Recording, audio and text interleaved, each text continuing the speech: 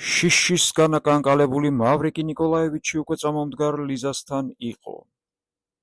მასკენ დაეხარა თავი და მისი ხელი ეჭირა. ამ შეხვედრის საშინელი სურათით შეძრწუნებულ სრემლი ღვარად მოსკდა თვალთაგან. დაინახა, როგორ გიჟივით გარბოდა მინდორში მისი სალოცავი და სათაყვანებელი ქალი, ასეთ დროს, ასეთ ამინდში. მარტო ოდენ კაბი სამარა. გუშინდელი მდიდრული კაბა დაჭმუჭნოდა და ტალახში ამოსროდა. კაცმა ვეღარაფერი თქვა. უსიტყვოდ მოიხადა შინელი და აცახცახებული ხელებით მოახურა მხრებზე. უცებ იგრძნო, რომ ქალის ბაგე მის ხელს შეეხო და შეჰყვირა. ლიზა მე არაფერი შემიძლია, მაგრამ ნუ გამაგდებთ, ნუ. ხო, ჩქარა წავიდეთ აქედან. აქ არ დამტოვოთ. თვითონვე წაეტანა ლიზა ხელზე და თან გაიყოლა. მერე უცებ შიშნეულად ხმას დაუწია. მავრიკი ნიკოლაევიჩი, მე იქ ძალიან ვაშკაცობდი, მაგრამ ახლა სიკვდილისა მეშინია. მეშინია სიკვდილის. ჩურჩულებდა იგი და ხელს ღონივრად უჭერდა. მავრიკი ნიკოლაევიჩმა სასოწარკვეთით მიმოიხედა. ვინმე მაინც გამოჩნდეს, ვინმე მაინც გამოიაროს. ფეხებს დაისველებთ. გონს დაკარგავთ. არ უშავს რა. ამშვიდებდა ლიზა. თქვენთან ისე არ მეშინია. ხელი მომკიდეთ. აი ასე. წამიყვანეთ. სად მივდივართ? ში? არა. ჯერ მინდა დახოცილები ვნახო. ამობენ მის ცოლს ყელი გამოჭრესო. თვითონ კი მითხრა მე გამოვჭერიო. ეს ხომ ტყუილია. ჩემი თვალით მინდა ის დახოცილები ვნახო. ისინი ხომ ჩემი გულისთვის. ამ ღამეს. იმათ გამო გადამიყვარა. ვნახავ და ყველაფერს გავიგებ. ჩქარა მე ის სახლი ვიცი. იქ ხანძარია.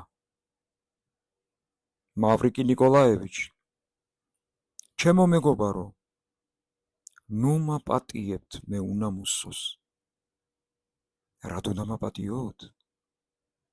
რატომ ტირით? გამარტყით ცილა აქვე ამ მინდორში ჩამაძაღლეთ. ახლა ვერავინ გაკიცხავთ. ყველაზე ნაკლებად კი მე. ღმერთმა შეგინდოთ. მტკიცე წარმოთქვა მავრიკი ნიკოლაევიჩმა. ყველაფერს ვერ აღწერს კაცი, რასაც ისინი ლაპარაკობდნენ. ამავე დროს ხელი-ხელ გაყრილნი ხანძრისკენ გიჟებივით მიიჩქაროდნენ. მავრიკი ნიკოლაევიჩს კიდევ ჰქონდა იმედი. ურემი მაინც გამოივლისო, მაგრამ ახლო-მახლო არავინ ჩანდა. თქორს შეებურა მთელი არე-მარე. ყოველივე თვალგაუტან ტყვიისფერ ნისლს ჩაენდგა. რახანია უკვე დღე იდგა და მაინც გეგონებოდა ჯერ არ უნათიაო. უცებ ნისლის ამ ბნელ ფარდას ერთი საკვირველი კაცი გამოეყო და მათკენ წამოვიდა. ახლა რომ იმ სურათს წარმოვიდგენ, ასე მგონია ლიზავეტა ნიკოლაევნას ადგილზე თვალს არ დაუჯერებდი, მაგრამ ლიზამ კი მყისვე იცნოდა სიხარულით შეჰკივლა. ეს კაცი სტეფან ტროფიმოვიჩი გახლდათ. როგორ გამოიქცა და როგორ განახორციელა ეს უგუნური განზრახვა. ამაზე შემდეგ მოგახსენებთ.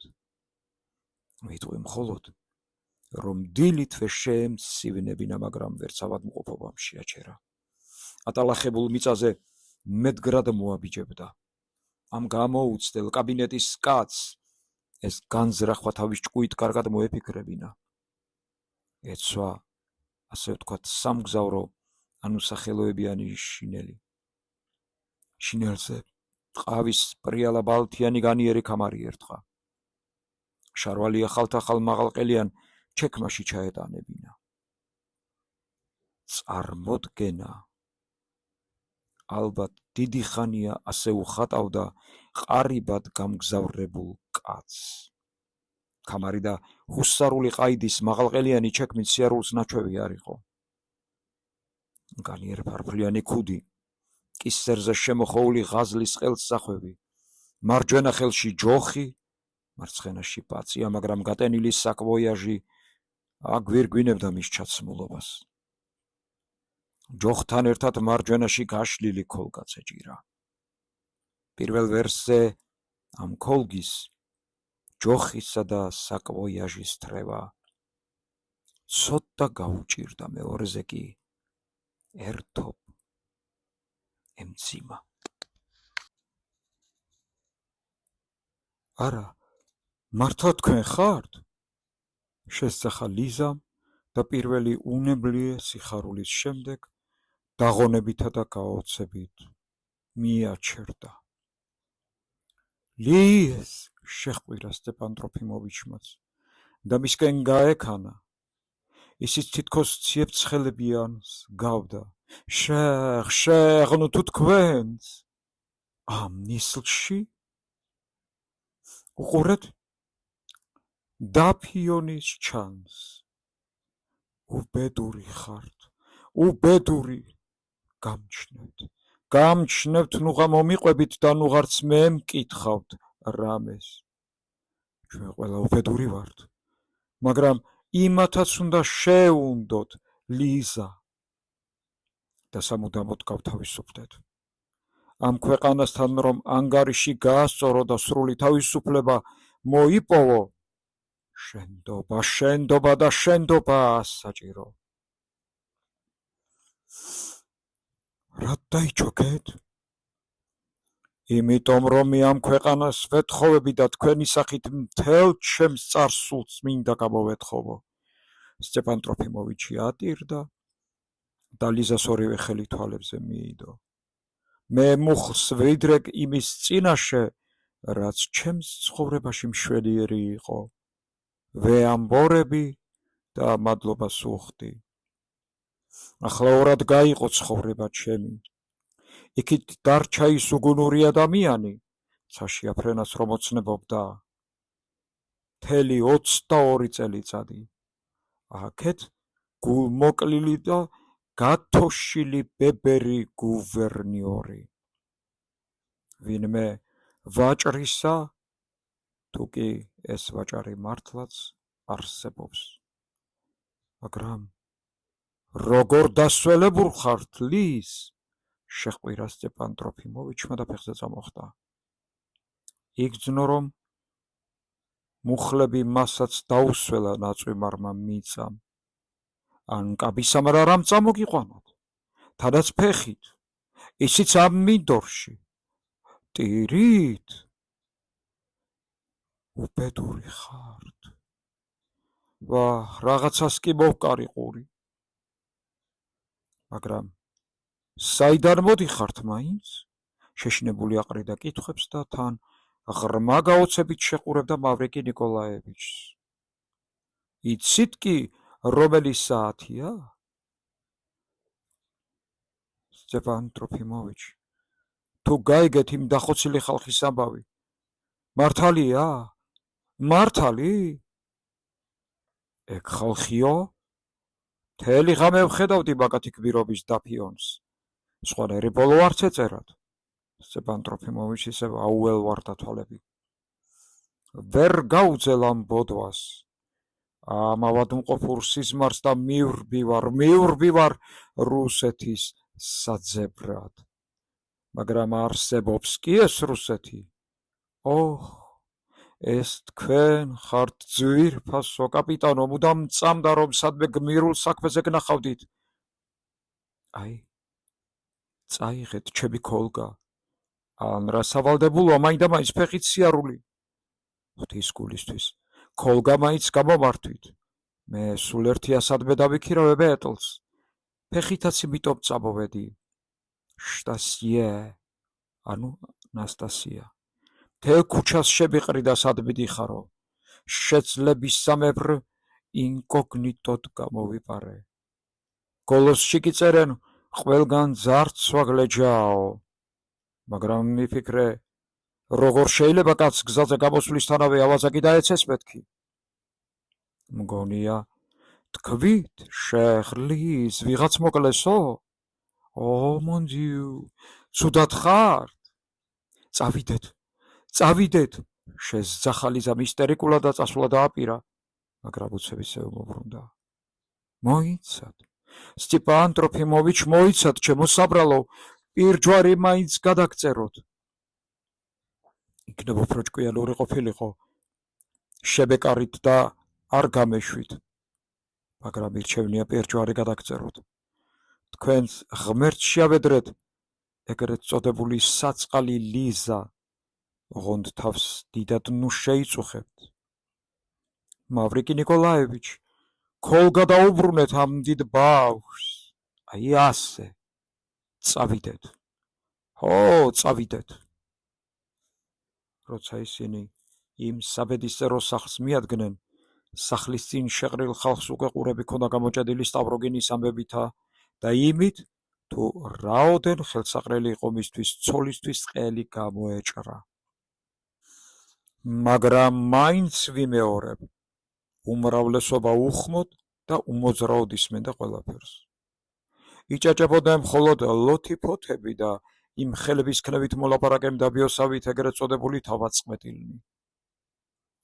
ამ დაბიოს ყველა დინჯ კაცად იცნობდა, მაგრამ თუ რამე შეადრწუნებდა, რას აკეთებდა თვითონაც არ უწყოდა.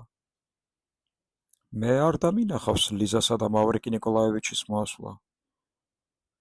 გაოცებ ამ ადგილზე გამაქვა, როცა ლიზას ჩემგან კარგა შორს ხალხში მოვკარი თვალი. მავრიკი ნიკოლაევიჩი მაშინ არც შემინიშნავს. არ ვიცი, ერთი-ორი ნაბიჯით ჩამორჩა თუ ხალხმა აღარ გაუშვა. ლიზა ისე მიარღვევდა წრეს, ვერაფერს ამჩნევდა ირგვლივ. გეგონებოდა, საავადმყოფოდან ხურვებიანი გამოქცევიათო. რა ლაპარაკი უნდა, ყველა მაშინვე მიაქცია ყურადღება. შეიქმნა დრტვინვა, ერთგან კიდეც დაიძახეს ეგ სტავროგინის ხასა, მეორეგან მოკლარი კმარე სეირის საყურებლადაც მოდიან. უცებ დავინახე. ვიღაცამ როგორ ამართა და დაუშვა მუშტი ლიზას თავზე. ლიზა წაიქცა. მავრიკი ნიკოლაევიჩმა ერთი საშინლად შეჰყვირა.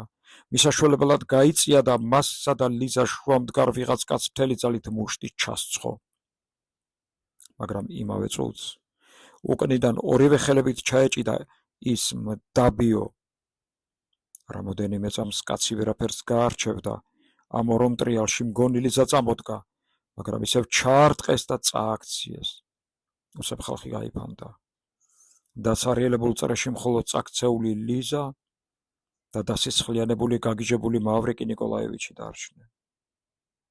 მავრიკი ნიკოლაევიჩი ყვიროდა, ტიროდა, ხელებს იმტრევდა, ზუსტად ვერ გეტყვით რა მოხდა შემდეგ. მახსოვს მხოლოდ ლიზა რომ უცებ ასწიეს და გამოიყვანეს. მე უკან მივდევდი. ჯერ კიდევ ფეთქავდა და იქნებ გონზეც იყო. ის მდაბიო და კიდევ სამი კაცი დაიჭირეს. ეს სამი დღემდე უარყოფს, ამ ბოროტებაში ხელი არ გვირევიაო. დაჟინებით ირწმუნებიან, შეფთხოვით დაგვიჭირესო. იქნებ მართალიც იყვნენ. ვერც იმ დაბიოს აახსნევინეს, დალაგებით მომხდარი ამბავი, თუმცაღა ცხადად ედებოდა ბრალი. მართალია შორს ვიდექი, მაგრამ მოწმის პირობაზე მეც უნდა მიმეცა ჩვენება ძიებისთვის. ხოდა განვაცხადე. ეს ყველაფერი სრულიად შეფთხოვით მოხდა. ისიც შესაძლოა ხალხი მართლა იყო ამხედრებული, მაგრამ თვრალები იყვნენ და გარჩევის უნარი აღარ ქონდათ მეთქი. ამ აზრისა ვარ დღესაც. იმ დილას ბევრს ენახა ახალგაზრდა ვერხოვენსკი.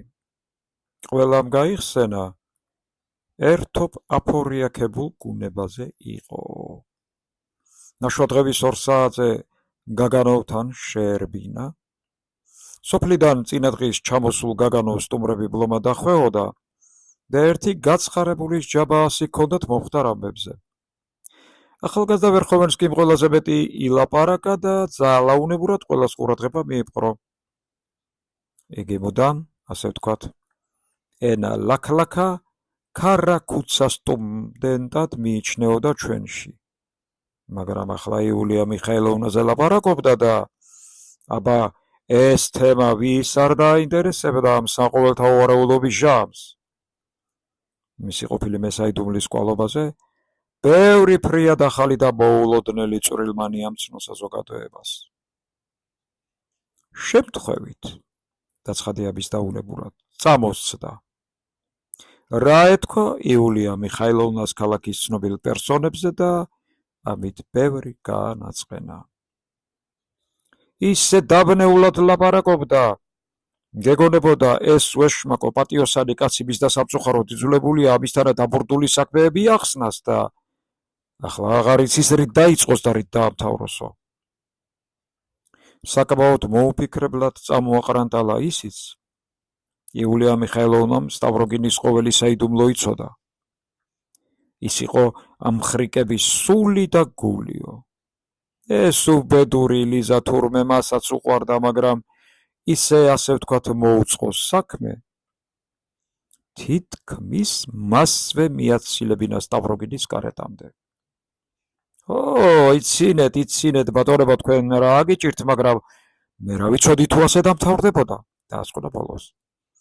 სტავროგინზე რომ შეშფოთებული კითხვები მიაყარეს, პირდაპირ განაცხადა, ლებიადკინების უბედურება მისი აზრით არაწმინდა შემთხვევის ამბავია და თვითონ ლებიადკინისვე ბრალია ფული რომ გამოაჩინაო.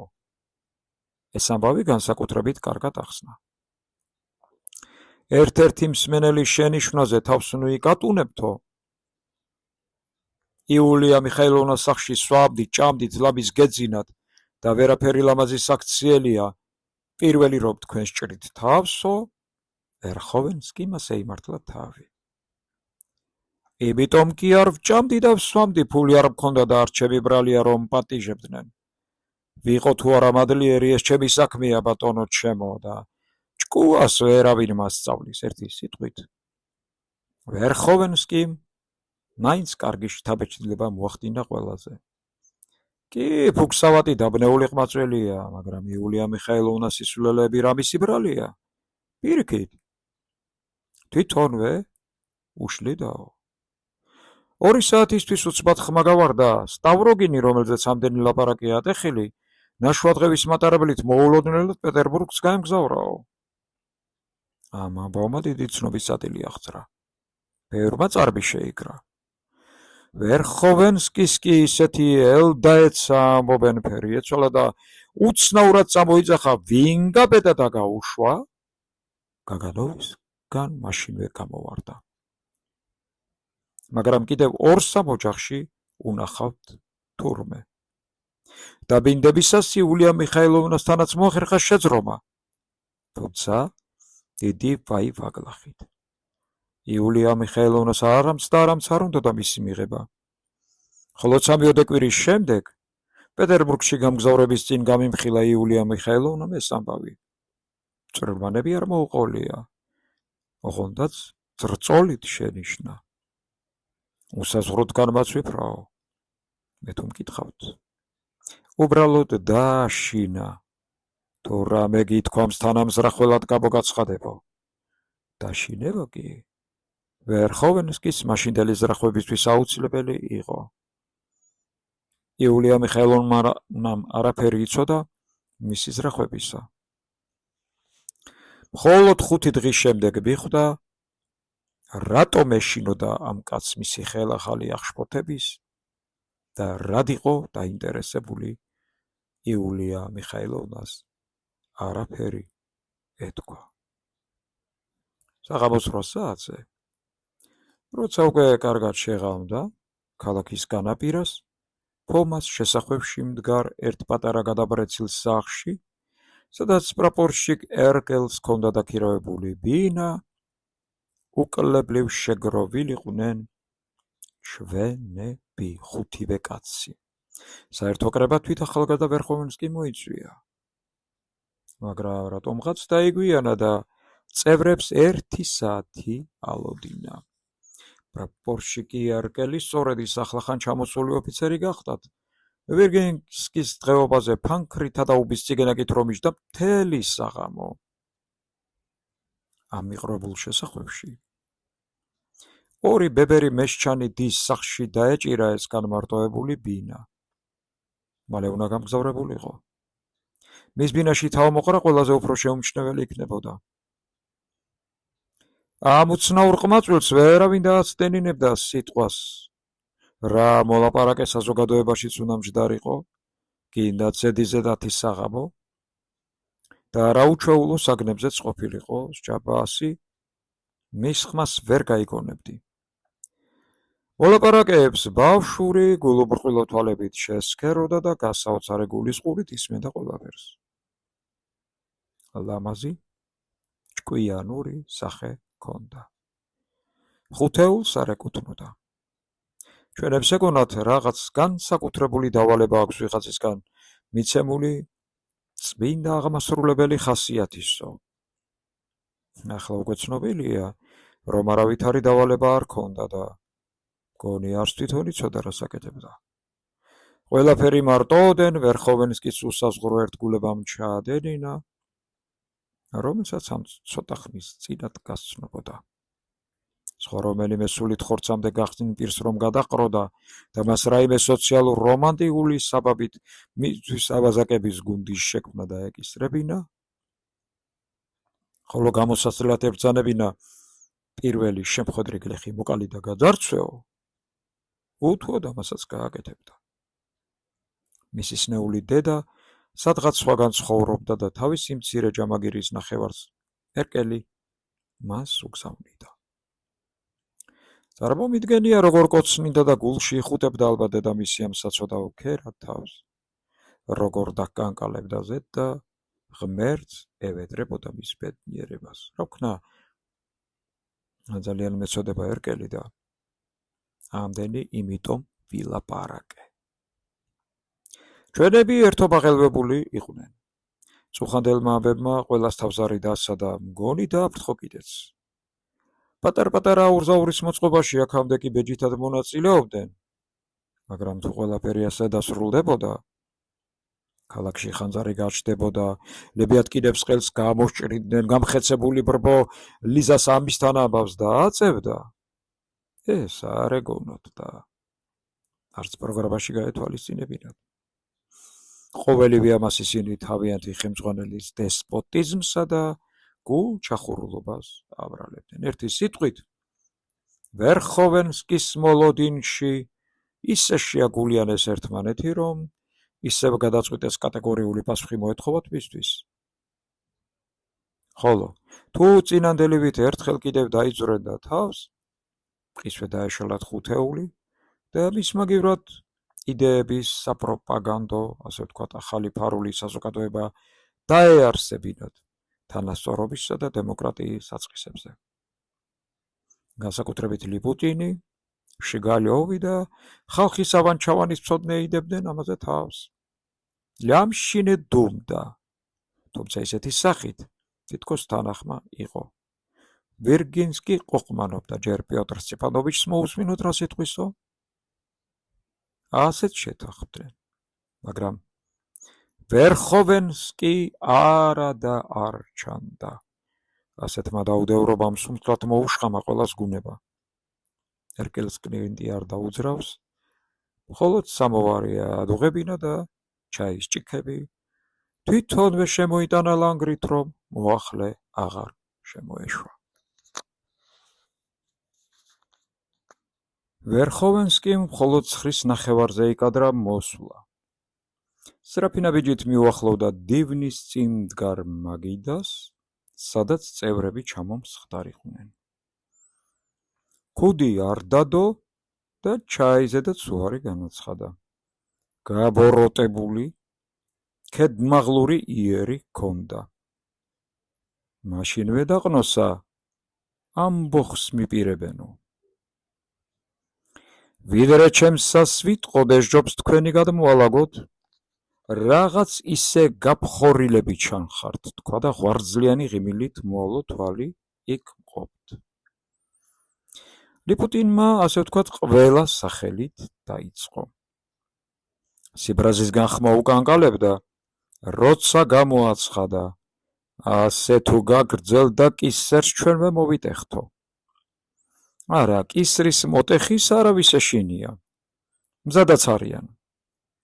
ოღონდ მხოლოდ და მხოლოდ მაშინ თუ საერთო საქმისთვის იქნება საჭირო. საერთო ჩოჩქოლი და მოწონება. ამიტომ მათ წინასწარ უნდა გააგებინონ და წინასწარ გაანდონ ყველაფერი. თორემ ისე რა გამოვა? ისევ ჩოჩქოლი და აქა-იქ ხორხის მიერი ამოძახილები. ასე ბრმად მოქმედება მათთვის დამამცირებელიც და სახიფათოც გია. განა იმიტომ რომ ეშინიათ. უბრალოდ როცა ერთი მოქმედებს და სხვები კი მხოლოდ მაჩანჩალაპაიკები არიან, ერთ შეიძლება შეცდომა მოუვიდეს და სხვები ჩაცვივდნენ. შეძახილები დიახ, ერთობლივი მოწონება. ნეტარა ეშმაკი გინდათ კიდევ. ბატონი სტავროგინის ოინებს რა კავშირი აქვს საერთო საქმესთან? იფეთქა ლიპუტინმა. გინდათ საიდუმლოდ მართლა ეკუთვნოდეს იმ ცენტრს. თუ მართლა არსებობს ეს ფანტასტიკური ცენტრი, ჩვენ რასში გვეხება. მაგრამ მკვლელობის გამო რომ პოლიცია ფეხზე დადგა. როგორ გონიათ? კვალს არ გამოყვებიან და სათავეს არ აღმოაჩენენ? ეგ სტავროგინი თქვენც დაგღუპავთ და ჩვენც დაზინა ხალხის ავანჩავანის მცოდნე. საერთო საქმისთვისაც უსარგებლო გახლავთ, უნდილად დაასრულა ვირგინსკიმ. ნეტა რას მიედ მოედები, მკვლელობა შემთხვევის ამბავია, ფეცკამ გაძარცვის მიზნით ჩაიდინა. უცნაური დამთხევა კი გახლავთ, დაიწმახნა ლიპუტინი. მაშ თუ გნებავთ იცოდეთ, თქვენი ბრალია ყველაფერი. როგორ ჩვენი? ჯერ ერთი ლიპუტინ, ამ ოინებში თქვენი ხელისურევია, მეორეც. ხომ გიბრძანეს ლებიატკინს ფული მიეცი და გაამგზავრეო, თქვენ კი რა ქენით? რომ გაგემგზავრებინათ, არაფერიც არ მოხდებოდა. განა თვითონ არ თქვით, კარგი იქნებოდა ლექსის სასაკითხავად გამოგვეშო? თქმა ბრძანება კი არ არის. ბრძანება გამგზავრება იყო. ბრძანებაო? საკმაოდ უცნაური სიტყვაა. პირიქით. სწორედ თქვენ ბრძანეთ, გამგზავრება შეაჩერეთო. შეცდით და მაგ შეცდომით თქვენი სიბრიყვე და თვითნებობა დაამტკიცეთ. ის ხალხი ფეცკამ დახოცა გაძარცვის მიზნით. ყური მოკარით ჭორებს და ყველანი დააფრთხით. სტავროგინის სულელი კი არ არის, აი მისი საბუთიც. ვიცე-გუბერნატორთან ლაპარაკის შემდეგ 12 საათის მატარებლით გაემგზავრა. რამე რომ ყოფილიყო დღისით მზისით პეტერბურგში არავინ გაუშვებდა. ჩვენ არც ვამტკიცებთ ბატონმა სტავროგინმა თვითონ დახოცაო, გესლიანად გააწყვეტინა ლიპუტინმა. შესაძლოა სულაც არაფერი იცოდა ჩემსავით. თვითონაც კარგად მოგეხსენებათ, რომ არაფერი ვიცოდი. თუმცაღა ჩემი დასაკლავი დანა მე თავად გამოვჩიჩქნე. ვერხოვენსკის სახე მოეკუპრა. მაშ ვისდებთ ბრალს, ვის და ვისაც ქალაქის გადაწვა სჭირდებოდა. თავის დაწვრენაზე ცუდი არაფერია, თუმცა წაიკითხე და სხვებსაც აჩვენეთ. ცნობისთვის გამოგადგებათ. ვერხოვენსკიმ ჯიბიდან ლემპკესთან გაგზავნილი ლებიატკინის წერილი ამოიღო და ლიპუტინს გადასცა. ლიპუტინმა წაიკითხა და გაოცებულმა ჩაფიქრებით გადააწოდა მეზობელს. წერილმა მსწრაფ ჩამოიარა ყველა. მართლა ლებიატკინის ნაწერია? შენიშნა შიგალოვმა. კი, მისი ხელია, განაცხადეს ლიპუტინმა და ტოლკაჩენკომ, ანუ ხალხის ავანჩავანის მცოდნემ. ვერხოვენსკიმ წერილი უკანვე გამოართვა და გაიმეორა. მეს მხოლოდ ცნობისთვის მოგეცით. შეგატყვეთ ლებიატკინის ამბავმა როგორ აგიჩვილად გული. ამგვარად, ბატონებო, ვიღაც ფეცკა სრულიად შემთხვევით გვაშორებს ამისთანა საშიშ კაცს. მაშ რა შეძლებია ზოგჯერ შემთხვევას? არის თუ არა ჭკუის სასწავლი მაგალითი, წევრებმა სასწრაფოდ გადახედეს ერთმანეთს. ახლა კი ბატონებო, ჩემი ჯერი დადგა და მე მოგცემთ შეკითხვებს გასწორდა წელში ვერხოვენსკი. მითხარით, რა უფლებით წაუკიდეთ უნებართოდ ქალაქ ცეცხლი? რაო, ჩვენ წაუკიდეთ ცეცხლი? ჩვენ გვაბრალებთ საკუთარ ცოდვებს შესახეთ იქიდან. ვიცი რომ მეტისმეტად შეტოპეთ, განაგრძობდა ვერხოვენსკი. მაგრამ ესეც ხომ იულია მიხაილოვნას ოინები არ იყო? მე აქ იმიტომ შეკრიბეთ ბატონებო. აგიხსნათ და გაგარკვიოთ რა სულელურად გაიბით მახეში თავი და რამდენი რამ ჩააგდეთ კიდეც საფრთხეში. უკაცრავად და ჩვენ ახლა თქვენთვის გვინდოდა გამოგვეცხადებინა თუ რა დესპოტურობა და არათანასწორობა იყო წევრების გვერდისავლა და ესოდე მნიშვნელოვანი და ამასთან უცნაური ღონისძიების მიღება. თითქმის აღშფოთებით განაცხადა აქამდე მდუმარე ვირგინსკიმ. მაშა სადამე ყველაფერზე უარს ამბობთ? მე კი ვამტკიცებ, რომ დასწვით თქვენ, მხოლოდ თქვენ და სხვა მარავინ. ბატონებო, ტყუილი არ გაგივათ. მე ზუსტი ცნობები მაქვს. თქვენმა თვითნებობამ საერთო საქმე საფრთხეში ჩააგდო. თქვენ მხოლოდ ერთ კვანძს წარმოადგენთ კვანძთა უთვალავი ქსელისა და მოვალენი ხართ ბრმად დაემორჩილოთ ცენტრს. მაგრამ სამმა თქვენგანმა კი შპიგულინელები წააქეცა ყოველგვარ მითითებათა გარეშე და ხანძარიც გაჩნდა. ვინ სამმა? ვინ არის ჩვენში ეს სამი? 3 დღის წინათ ღამის 4 საათზე თქვენ, ტოლკაჩენკო, ფომკა ზავიალოვს ამაზე ეჩურჩულებოდით კესანეს დუქანში. რას ამბობთ, მე მხოლოდ ერთი სიტყვა უთხარი შეხტა სკამზე ტოლკაჩენკო. დილას რომ გაჯოხეს იმიტომ, გულში სხვა არაფერი მქონია. მაგრამ ნახე რა გალეშილი იყო და მაშინვე თავი მივანებე. რომ არ გაგეხსენებინათ არც მომაგონდებოდა. გაგონილა სიტყვას ხანძარი გაეჩინოს. ეგ იმას გავს, კაცმა ნაპერწკლიდან დენთის ქარხანა აფეთქოს და გაიკვიროს, მე რა შუაში ვარო. კი, მაგრამ თქვენ საიდან გაიგეთ, რაც მე მას დუქნის კუთხეში ჩავჩურჩულე ყურში? მოისაზრა ბოლოს ტოლკაჩენკომ. მაგიდის ქვეშ ვიჯექი და გავიგონე. უსწუხართ ბატონებო, მე თქვენი ყოველი ნაბიჯი ვიცი. ოჰო, იქედნურად გეცინებათ ბატონო ლიპუტინ? მე მაგალითად ისიც ვიცი, რომ ამ 4 დღის წინ სულ 19 დაალურჯეთ ცოლის საწოლში. ლიპუტინმა პირი დააღო და ფერი ეცვალა. შემდეგ აირკვა, რომ ლიპუტინის გმირობის ამბავი ვერხოვენსკის მოახლეს აგაფიასგან შეეტყო, რომელსაც თურმე თავიდანვე აძლევდა ფულს ჯაშუშობაში. მეც შემიძლია ფაქტის დადასტურება? წამოდგა უცებ შიგალიოვი. დაადასტურეთ? შიგალიოვი დაждდა და სალაპარაკოდ მოემზადა. რამდენადაც გავიგე, თავად დაგვიხატეთ ფრიად მჭერმეტყველურად, თუმცა მეტისმეტად თეორიულად კვანძების ქსელით დაფარული რუსეთის სურათი. ყველა მოქმედ ჯგუფს თავის მხრივ გაუთავებელ განშტოებებად დაგსაქსულს გამუდმებული პროპაგანდით ძირი უნდა გამოეთხარა ადგილობრივი ხელისუფლებისთვის.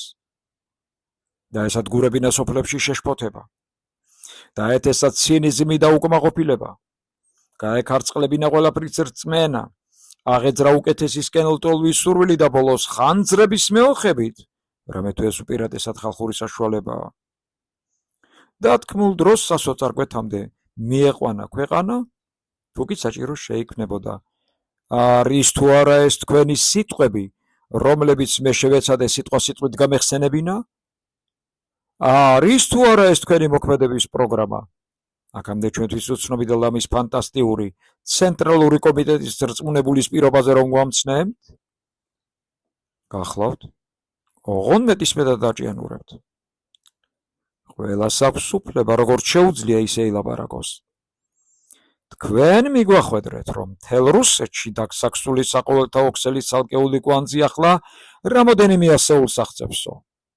გამოთქვით ის ვარაუდიც, უკეთ ყველა კვანძი თავის საქმეს მარჯვედ შეასრულებს, მაშინ მთელი რუსეთი დათქმულ ვადაზე ნიშნის მიცემისთანავე, ვერხოვესკიმ სავარძელში გვერდი ინაცვლა. ფუი, ეშმაკმა დალახროსო, თქვენოდაც ბევრი საქმე მაქვს. ბატონი, ბრძანდებით, შევამოკლებ და დასასრული მას შეგეკითხებით.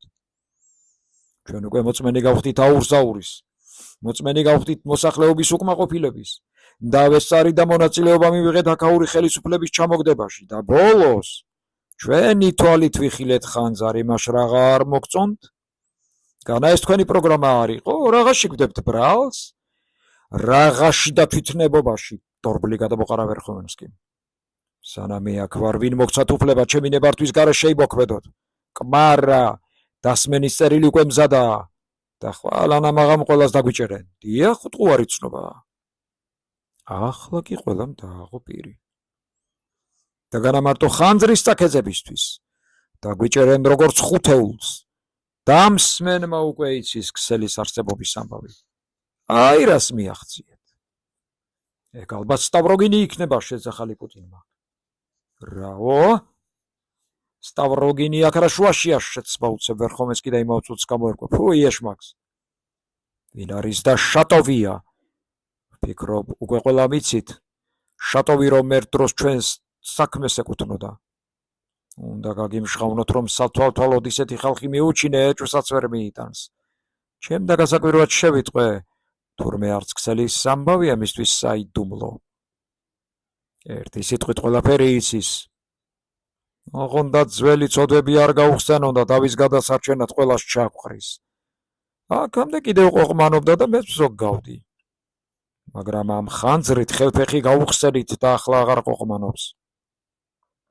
ხვავე ყველა ციხეში ჩაგვყრიან, როგორც ხანძრიც გამჩენებსა და პოლიტიკურ დამნაშავეებს. მართალი კია? ან შატოუმა საიდან იცის? ერით აუწერელ მომღელვარებამ შეიპყრო ყველა. ამას წყალი არ გაუვა. მე ვერ გეტყვით როგორ და რა გზით გამოვიკვლიე ყველაფერი, მაგრამ ჯერჯერობით ეს შემიძლია გაგიკეთოთ. ერთი კაცის საშუალებით შატოვზე ვიმოქმედო და ერთი დღით გადავადებინო და bezღება ისე, რომ თვითონ ეჭვი არ აიღოს. ოღონდ ერთ დღეზე მეტი არა. მაშა სადამე ზეგამდე შეგიძლიათ არხეინად იყოთ. ყველა დუმდა. ბოლოს და ბოლოს მოვიშოროთ თავიდან და ეს იქნება იყვირა პირველმა ტოლკაჩენკომ. აქამდეც უნდა გვექნა. ხვარძლიანად ჩააკერა ლამშინმა და მაგიდას მუშტი დაჰკრა. კი, მაგრამ როგორ მოვიშოროთ? წაიბურტყუნელი პუტინმა. ვერხოვენსკიმ არც აცია, არც აცხელა და მაშინვე თავისი გეგმა გადმოალაგა.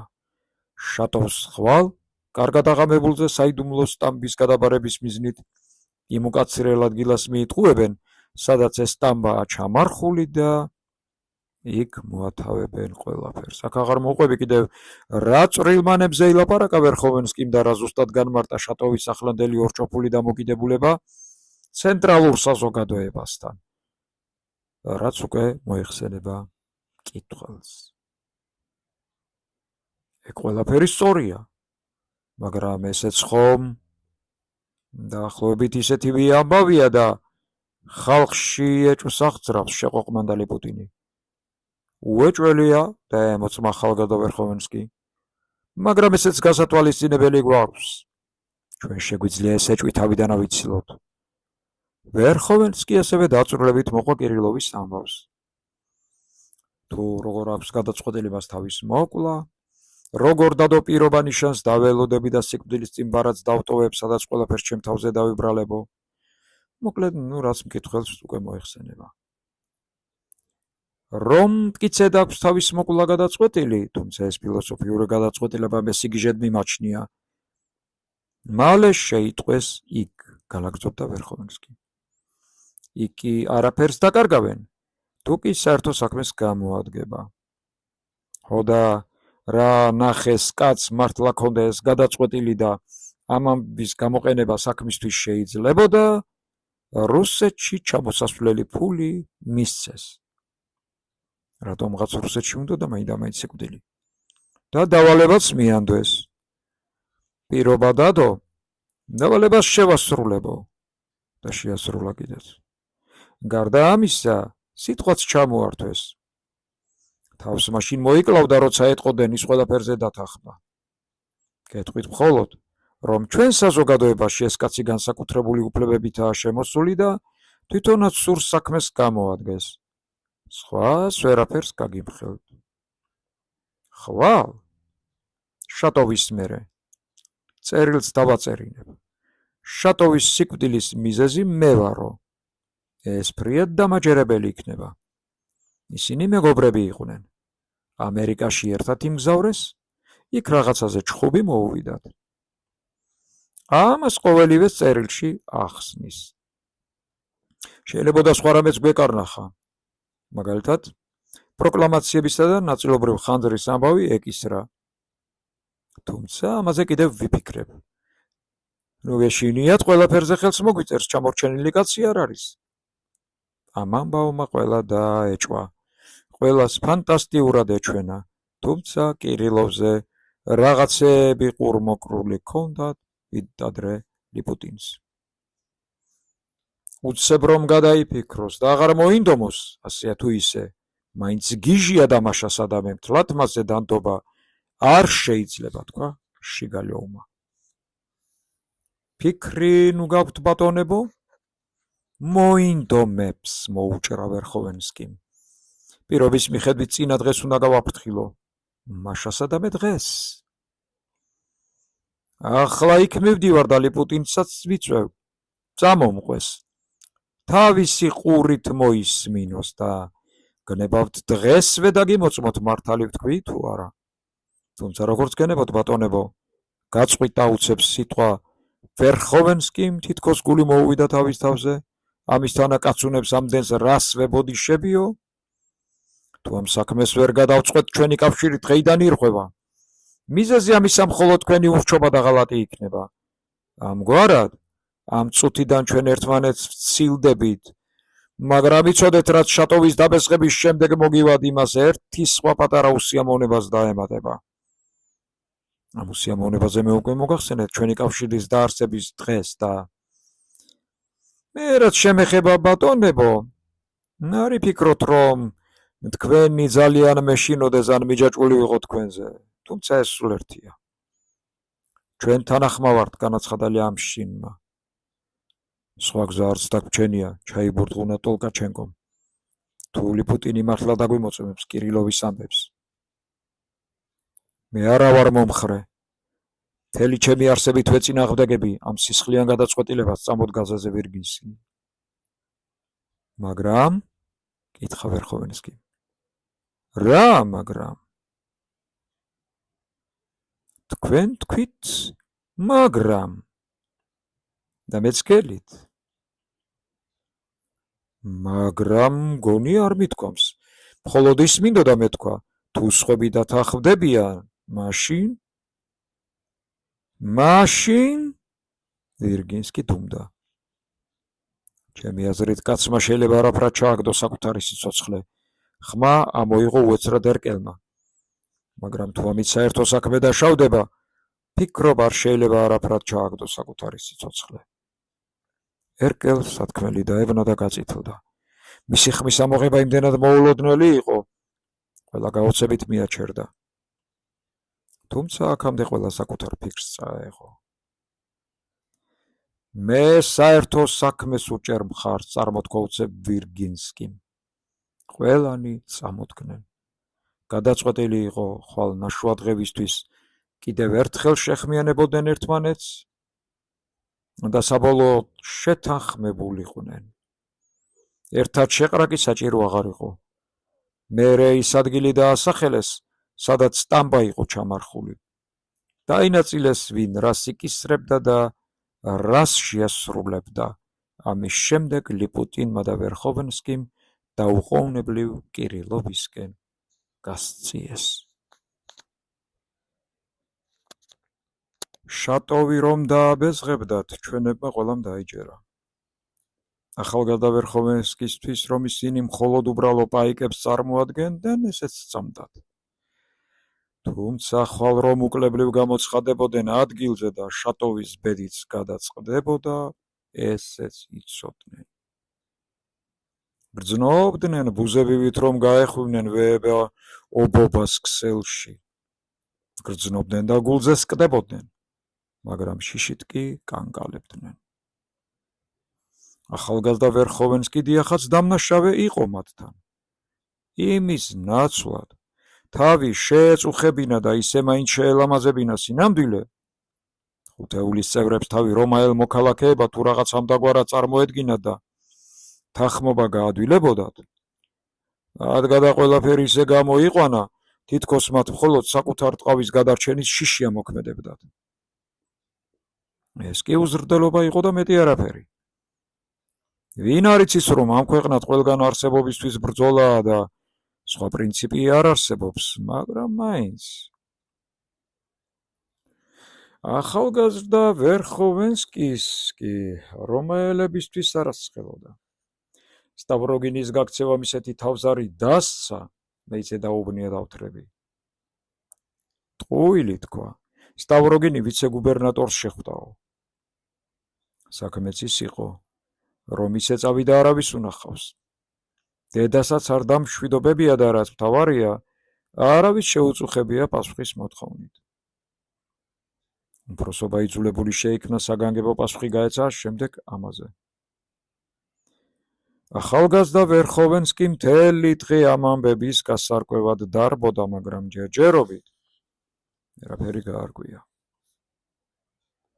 თავის დღეში ასეთი გულის ხეთქვა არ ქონია.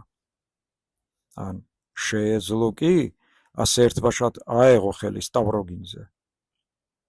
აი, ამიტომაც ვერ დაუწყო ჩვენებს ლოლიაობა. არადა როგორ უბორკავდნენ ისინი ხელფეხს? შატოვი რომ არა, უმალ სტავროგინს გაეკიდებოდა უკან. მაგრამ ყოველი შემთხვევისთვის ხუთეულის საბოლოო შედუღაბება იყო საჭირო. ამდენი ნაშრომი წყალში რად ჩავყარო? ვინ იცის რაში გამომადგებაო, ასე მსჯელობდა ალბათ. შატოვი რო ყველას დაასმენდა, ამაში ეჭვი არ ეპარებოდა. ჩვენებს სულ ტყუილები მოუჭორა დასმენის წერილზე. ეს წერილი თვალით არ უნახავს და არც არაფერი სმენოდა. მაგრამ ის არსებობაში ისე იყო დარწმუნებული, როგორც იმაში, რომ 2x2 4-ია. ეგონა, შატოვი ახლა კი ვეღარ მოითმენს ლიზას დაღუპვას, მარია ტიმოფეევნას სიკვდილს და საბოლოოდ გადაწყვეტსო. იქნებ ქონდა კიდეც საამისო საბუთი. ისიც ცნობილია, შატოვი რო პირადად ეჯავრებოდა. ოდესღაც ჩხუბი მოსვლოდათ. ვერხოვენსკი კი ისეთი კაცი იყო, შეურაცხყოფას არავის შეარჩენდა. დარწმუნებულიც ვარ, რომ თავი და თავი მიზეზი ეს გახდათ. ჩვენში ვიწრო აგურის ტროტუარები იყო. ახალგაზრდა ვერხოვენსკი შუა ტროტუარზე მიაბიჯებდა და აინუნში არაგდებდა. უადგილობის გამო, რომ ლიპუტინი ან ერთი ნაბიჯით უნდა ჩამორჩენოდა, ან არადა თუ გვერდზე გამოყოლა და ლაპარაკი სურდა, ტალახი ეზილა. ვერხოვენსკის უცებ ის სურათი დაუდგა თვალწინ, ამას წინა თვითონაც რომ ლიპუტინივით მისდევდა სტავროგინს და ტალახში მიცუხცუხებდა.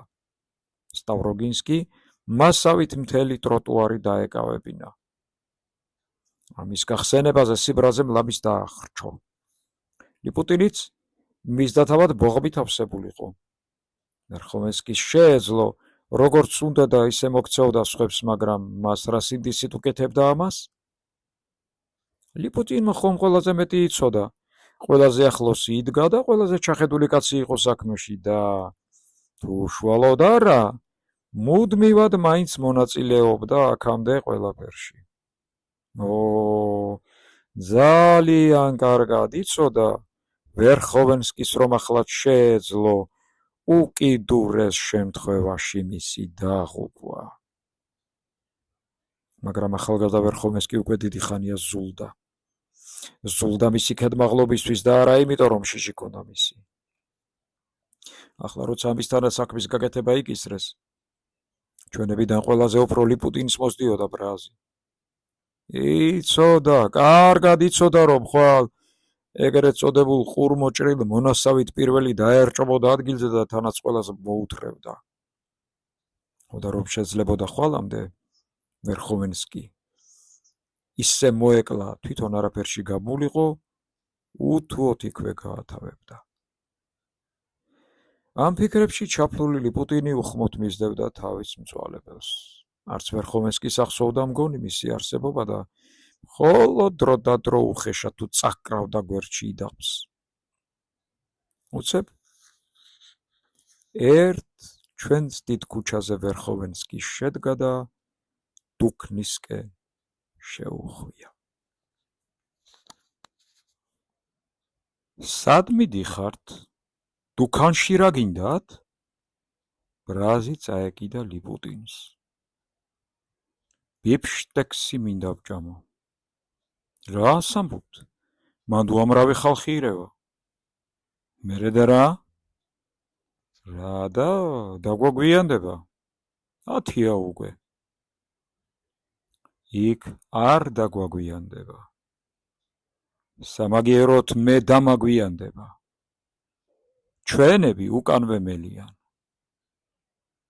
დიდი ამბავი, თქვენს ადგილზე სწორედაც არ ვეახლებოდი.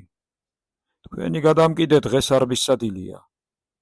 კირილოვთან კი რაც გვიან მივალთ, უკეთესია. ახალგაზრდა ვერხოვენსკიმ ცალკე ოთახი დაიჭირა. ლიპუტინი მოშორებით სავარძელში ჩაჯდა და გამწყრალი შეაცქერდა. ვერხოვენსკი არ ჩქარობდა, მადიანად ილუკმებოდა, წამდაუწუმ მსახურს იხმობდა, ჯერ მდოგვი შეაცვლევინა, მერე ლუდი მოატანინა. ლიპუტინისთვის ხმა არ გაუცია. ღრმა ფიქრს მისცემოდა. ამ კაცს ერთდროულად ორი საქმის გაკეთება შეეძლო. მადიანად ჭამა და ღრმა ფიქრიც. ლიპუტინი ლამის ისტერიკაში ჩავარდა. იმ ზომამდე შესწაგდა, თვალი ვერ მოეშორებინა. უთვლიდა ყოველ ლუკმას, სიძულვილით უყურებდა, როგორ აღებდა პირს, როგორ თქლებდა მსუქან ლუკმებს. ჭირივით შესძულდა თვით ბიფშტექსიც. ბოლოს თითქოს თვალი აუჭრელდა, თავბრუ დაესხა, ხან შეაცივებდა და ხან შეახურებდა. უქმად ჯდომას გირჩევნიათ ეს წაიკითხოთ, მიუგდო რაღაც ქაღალდი ვერხოვენსკიმ. ლიპუტინმა სანთელთან მიიტანა გადმოჩხაპნილი, წვრილად ნაწერი ფურცელი. სანამეგირის ვაივაგლახით ჩაიკითხავდა, ვერხოვენსკის უკვე ფული გადაეხადა და გარეთ გადიოდა. ლიპუტინმა ქუჩაში დაუბრუნა ნაწერი. თქვენთან იყოს, მერე მოგელაპარაკებით ამაზე. თუმცა რა სიტყვით მაინც? ვიტყვი, რომ ამისთანა პროკლამაცია. მას ხრობა და მეტი არაფერი. ლიპუტინი ღვარძლმა კინაღამ დაახრჭო. იგრძნო, რომ რაღაც ძალა მაიტაცა და ახლა ვეღარაფერი შეაჩერებდა. მთელი სხეული უცახცახებდა. თუ ამისთანა პროკლამაციები გავავრცელეთ, ჩვენივე სისულელე და საქმის გაუგებრობა თითით საჩვენებელს გაგხვდის. აბა მე სხვანაირად მიმაჩნია. ვერხოვენსკის ნაბიჯი არ შეუნელებია. მე კი სხვანაირად. ნუ თუ თქვენ შეთხზეთ, ეგ თქვენ არ გეხებათ. მე რომ მკითხოთ, ნათელი პიროვნებაც საზიზღარი ლექსია, გერცენი ამისთანა ლექს თავის დღეში არ დაწერდა. ტყუით, კარგი ლექსია. მე ისიც მოუწევს მაგალითად ისეთნაირ საქმეებს რომ გვავალებენ, რაც ყველაფერს დაღუპავს. ევროპაში ბუნებრივია, ყველაფრის დაღუპვა ისურვოს კაცმა, იქ პროლეტარიატი ჰყავთ. ჩვენ კი აქ მხოლოდ მოხალისენი ვართ და ბაქი-ბუქის მეც მგონი არაფერს ვაკეთებთ. გაუტია და გაუტია ლიპუტინმა. მეგონა ფურიერისტი იყავით. ფურიეს სულ სხვა რამ აქვს, დიახ, სულ სხვა. ვიცი, რა სისულელეც აქვს. არა, ფურიეს სისულელე არა აქვს. უკაცრავად და ვერაფრით ვერ დაგიჯერებთ. მაისში რომ აჯანყება მოხდეს. ლიპუტინს ისე დასცხა, ხილებიც კი შეიხსნა. ხო და გეყოფათ. ახლა კი რომ არ დამავიწყდეს, დაუდევრად აუგდო სიტყვაბანზე ვერხოვენსკიმ. ეს წერილი თქვენ უნდა ააწყოთ და დააბეჭდოთ. როცა შატოვის სტამბას ამოვთხრით და ჩაიბარებთ, სასწრაფოდ უნდა ააწყოთ და ბლომადაც დაბეჭდოთ. რომ მთელი ზამთარი გასავრცელებლად გეყოთ. სახსრების ამბავს შემოგითვლიან. იცოდეთ, ბევრი დაბეჭდეთ. სხვა ადგილებიდანაც მოითხოვენ. უკაცრავად და ამას ვერ ვიკისრებ. უარს ვამბობ. არა, იკისრებთ. მე ცენტრალური კომიტეტის ინსტრუქციით მოქმედებ და უნდა დამემორჩილოთ. მე კი მგონია, რომ იმ ჩვენ საზღვარგარეთულ ცენტრებს რუსეთისა არაფერი ახსოვთ. მის სინამდვილეს სავსებით მოსწყდნენ. და ამიტომ რაღაცებს ბოდავენ. ის კი არა, ჩემი აზრით რუსეთში ჩვენს მეტი ხუთეული არ არის და არც არავითარი ქსელი არ არსებობს. ლიპუტინს ბოლოს სულიც კი შეეხუთა. თქვენი სირცხვილი რომ საქმის არ გწამდათ და მაინც გახევით. როგორც მე მომყვებით ახლა ფინიასავით. არა მოყვებით ბატონო ჩემო. ჩვენ სრული უფლება გვაქვს მივატოვოთ და ახალი საზოგადოება შევქმნათ. რეგვენო მრისხანედ დასჭექა ვერხოვენსკიმ და თვალები დააკვესა. რამოდენიმე ხანს ასე იდგნენ ერთმანეთის პირისპირ. მერე ვერხოვენსკი გატრიალდა და მტკიცედ განაგრძო გზა. ავდგები და უკან გაუბრუნდები. თუ ახლა არ წავედი, მერე ვერასოდეს ვერ გაუბრუნდები, გაუელვა ლიპუტინს. 10 ოდენაბიჯი ასე ფიქრობდა, მე-11-ზე კი ერთმა ახალმა აზრმა გაკრა თავში და აღარ გაბრუნდა. ფილიპოვის სახლის შორი ახლოს ვერხოვენსკიმ და ლიპუტინმა შუკაში შეუხვიეს. უფრო სწორად ერჩეუმჩნეულ ბილიქს მესერ გაჰყვნენ. მესრის ძირას თხრილი გადიოდა. პლატაზე ფეხი ცურდებოდა და მესერს უნდა მოსჭიდებოდნენ. ასე იარეს რამოდენიმე ხანს. გადაბრეცილი მესრის ყველაზე ბნელ კუნჭულში ვერხოვენსკიმ ერთი ფიცარი გამოაძრო და ხვრელში გაძვრა. აუცილებელი ლიპუტინიც უკან მიჰყვა. შემდეგ ფიცარისებ თავის ადგილზე ჩადგეს. ამ საიდუმლო ხვრელით დაძვრებოდა ხოლმე ფედკა კირილოვთან. შატოვმა არ უნდა შეიტყოს ჩვენი აქ ყოფნა. კაცრად ჩასჩურჩულა ვერხოვენსკიმ ლიპუტინს.